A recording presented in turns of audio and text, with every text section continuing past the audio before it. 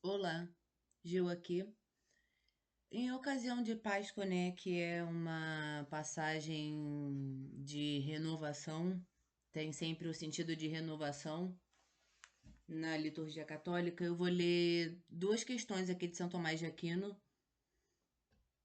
Eu vou ler a pergunta e a resposta direto, não vou fazer todas as objeções, só para clarear um pouco, tá? Primeira pergunta: se o mal é uma natureza? Respondo: um dos opostos é conhecido pelo outro, como a treva pela luz. Eu disse, das minhas mãos saiu, né, um manuscrito, a técnica, a técnica, o conhecimento que sai pela mão, que a treva não consegue contemplar a luz sem lhe ferir sua natureza. Porque é dito que onde há treva não há luz e que onde há luz não há treva.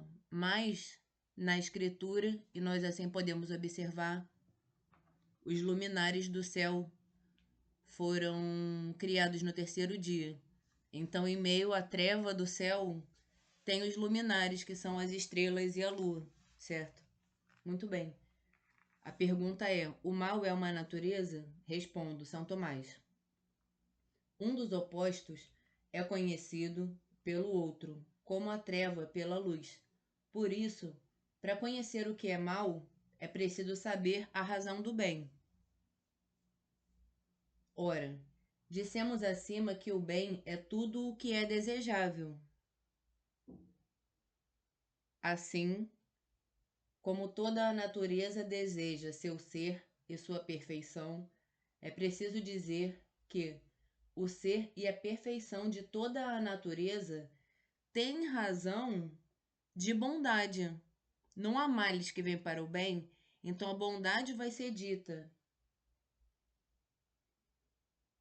A natureza, em razão da bondade, é o critério a partir do qual vai se observar a perfeição. É, portanto, impossível que o mal signifique certo ser ou certa natureza ou forma. Resta, portanto, que o termo mal designe certa ausência de bem. Eis porque se diz do mal que nem existe nem é um bem. Porque, sendo o ente como tal um bem, não se nega um sem o outro.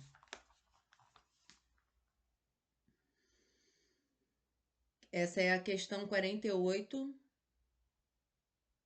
artigo 48, artigo 1. Se o mal é uma natureza, se o mal se encontra nas coisas, se o bem é sujeito do mal, se o mal destrói totalmente o bem, a gente já viu que o mal nunca destrói totalmente o bem. Se o mal se divide em pena e em culpa, e o que tem maior razão de mal ou pena ou culpa. Muito bem, agora sobre os capeta, que é a questão, né? Questão 64, artigo 2. A vontade do demônio está obstinada ao mal? Não vou ler o 1, o 2, o 3, o 4, o 5, isso aí fica de dever de casa. Respondo São Tomás, e ele primeiro vai falar da resposta do Orígenes, que já é difícil de entender.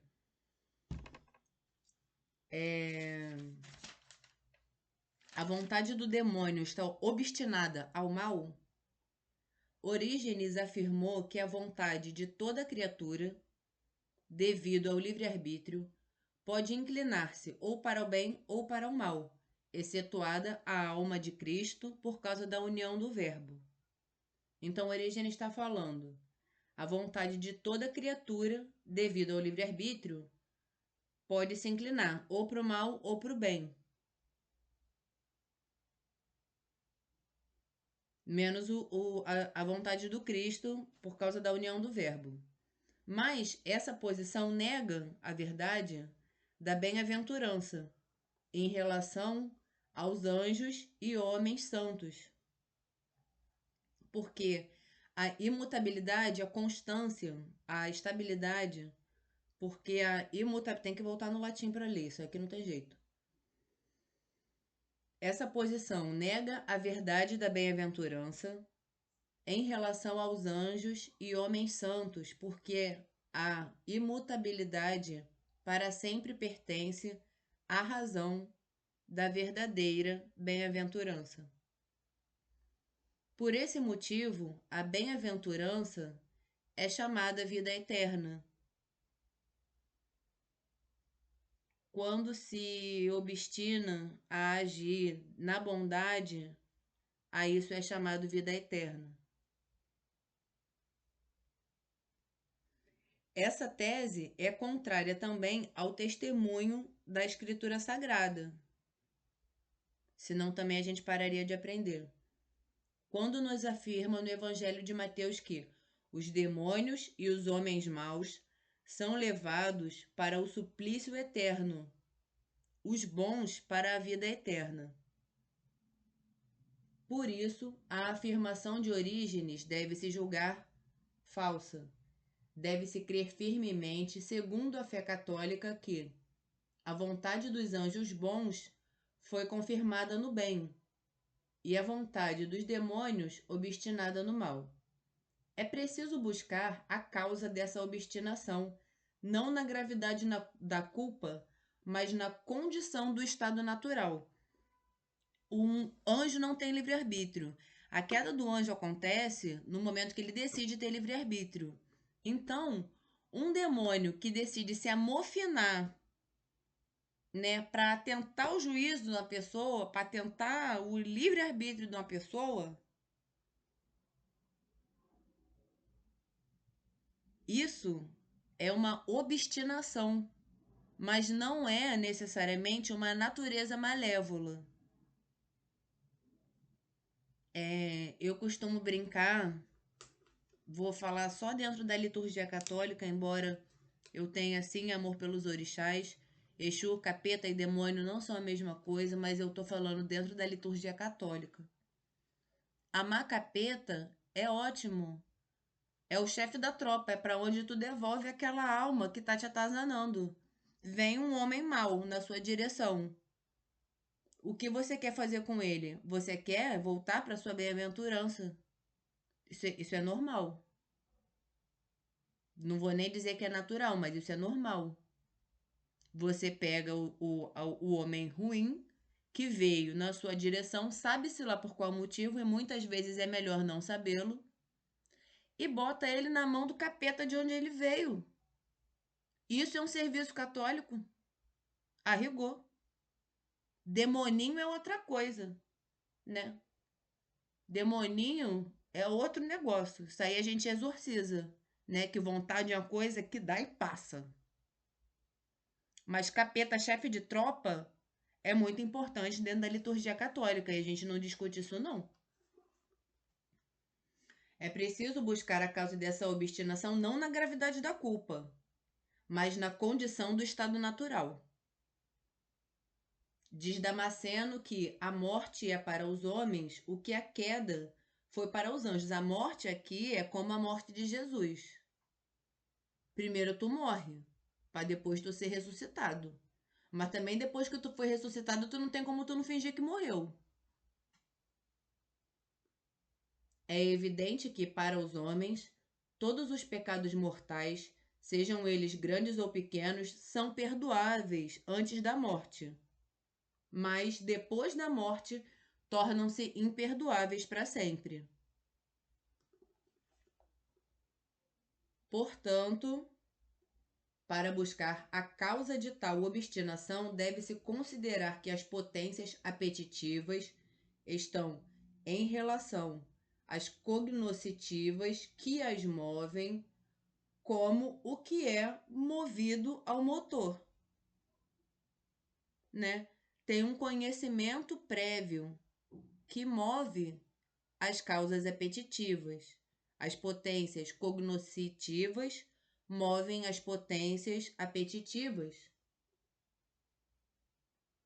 como o que é movido ao motor, assim como todo mundo que está vivo, sine anima spirare non potest, né? Assim como todo mundo que está vivo é movido por Deus, não é movido por um orixá. E isso está correto. Quem apaga seu interruptor é Deus e a gente não vai discutir isso aqui, tudo bem? O apetite sensitivo tem por objeto bens particulares e a vontade bens universais. Como acima foi dito, como também os sentidos conhecem coisas singulares e o intelecto as universais. Todavia, nisto diferencia-se o conhecimento dos anjos e o dos homens, em que os anjos conhecem pelo intelecto de uma maneira imutável, como também nós conhecemos de maneira imutável os primeiros princípios que são objeto próprio do intelecto. O anjo não raciocina, mas ele intelige. A presença do anjo evoca o bem e o mal é naturalmente afastado. Não se expurga uma obstinação natural. Tudo bem? O homem, porém, conhece pela razão de maneira mutável, discorrendo de um para o outro, com a possibilidade de chegar a uma ou outra das conclusões opostas. Por isso também a vontade humana adere a seu objeto de uma maneira mutável, podendo mesmo afastar-se de um objeto para aderir ao contrário. A vontade do anjo, porém, adere a seu objeto fixa e imovelmente. Por isso, considerando-se o anjo antes da adesão, poderá livremente aderir a um objeto e a seu oposto, mas nas coisas que, por natureza, não quer. Antes da presença do anjo, um homem poderia não desejar o bem, poderia não ter vontade, não ter apetite, né? Você não ter potência apetitiva voltada para o bem e depois da presença do anjo ter. E aí, nesse sentido, sim, vai se dizer opostos. Contudo, depois de ter aderido, permanecerá imóvel. Por isso, costumou-se dizer que o livre-arbítrio do homem é flexível diante de coisas opostas, antes ou depois da escolha, mas que o livre-arbítrio do anjo é flexível diante de coisas opostas, antes da escolha, não depois. Eis porque os anjos bons que sempre aderiram à justiça estão nelas confirmados. Os anjos maus, após o pecado, estão obstinados ao pecado. Tratar-se-á adiante da obstinação dos homens condenados. Boa reflexão.